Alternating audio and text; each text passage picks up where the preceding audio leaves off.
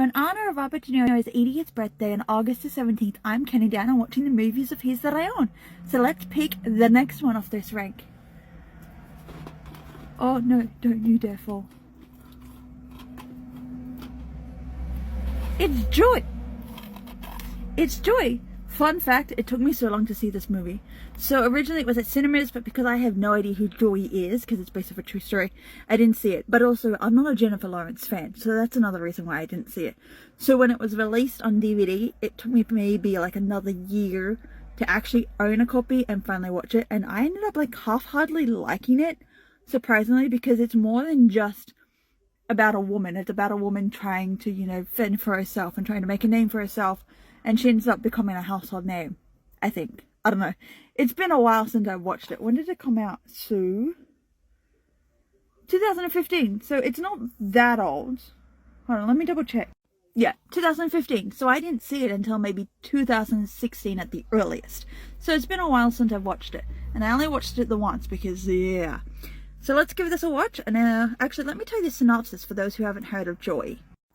Joy is a wild story of a family across 4 generations and centers on a girl who became the woman who founds a business dynasty and becomes a matriarch in her own right. Betrayal, treachery, and the loss of innocence and the scars of love pave the road in this intense, emotional, and human comedy about becoming a true boss of family and enterprises facing a world of unforgiving commerce. Allies become adversaries and adversaries become allies, both inside and outside the family, as Joy's inner life and fierce imagination carry her through the storm she faces. So we'll pop the disc open, we'll get it out, let's go. That is a very interesting shot. I mean, I know it's supposed to symbolize the fact that this is what she got in the end, but it's very interesting. Like, why that photo out of all the other photos that they could have used? Anyway, let's hit play.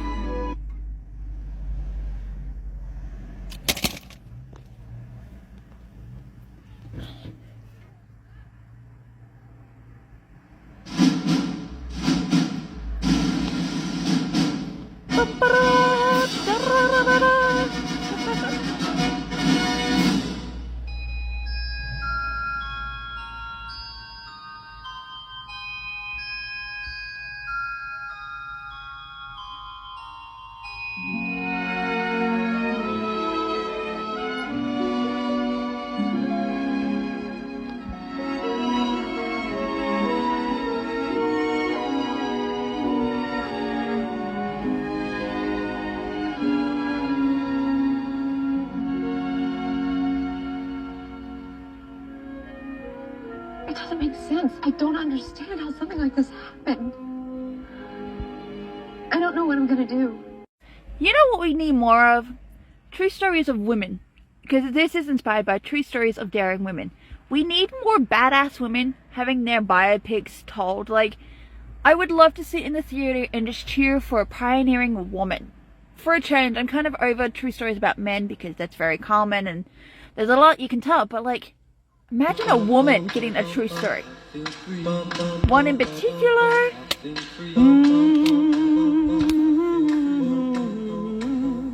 This is the story of Joy, as told by me, her grandmother.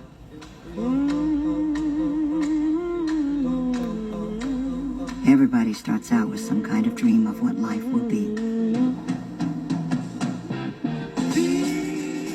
Joy's dream started at this metal garage her father ran. So I think what made me like this movie when I first watched it was the fact that because I know very little about Joy, this movie gave me so much. It showed me her ups, it showed me her downs, it showed me her family lifestyle, it showed me how she became the woman she is to a lot of people. And I think that's a really interesting thing. Like, you don't even need to tell me a lot about a character for me to know who they are. Even with a biopic, you know, a true story. I don't know half the people I watch when it comes to true stories, but here I am watching a movie about a woman and yet still loving the story. I want to know what digital work they did on Robert De Niro, because this looks more realistic on him being younger. And I don't mean like him having to be like a 20-something-year-old. I mean like he's old, but he's still young. He's in that like anywhere between 30 and 50 look. I don't know. But let me show you what I mean, because like he still looks de-aged, but you can tell he's not creepily de-aged. Peggy comes with me. Joy spends See half what the I mean? time with us. He's de-aged, but he's not de-aged. Special thing, and it belongs in this house. No, I. Yeah.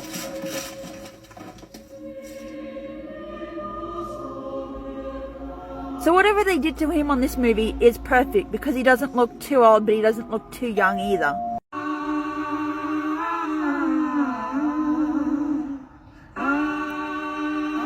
So this is my second time watching Joy. Like I said at the beginning of the video, the first time I watched it, I loved it. And I was really hesitant to see it cinemas, which is why I got a DVD copy of it. But it's still quite powerful and still quite a good story. You know, a story of how a woman was being pushed around in a man's world, a story of a young girl being advised by her grandma to be creative and have a little, you know, flair in her life. You know, a story of a woman who's pushing past everything her family knocked her down for. A woman who just kept trying and trying. A woman who potentially inspired millions of other women to try their hardest at, you know, being a household name. That's what I love about this movie, is that it's so brilliantly told. I don't know who Joy is. I literally have no interest to go Google who she is and what exactly products she sold. But this story is quite powerful, and I still love it. Second time watching, still a brilliant story. And yes, I know, even though DeNiro isn't really much of a storyteller in this story, you know, he's more of a side character. He's there for like maybe 20 minutes of screen time at most, and Jennifer Lawrence carries the movie. But it's still a good movie. Like, I didn't even care that he was in it. Didn't even care that he wasn't even in it. Jennifer Lawrence held my focus for the whole time. She played Joy. She showed the world what she's capable of in this movie. And yes, I did admit at the beginning of the story I'm not a Jennifer Lawrence fan, but sometimes she just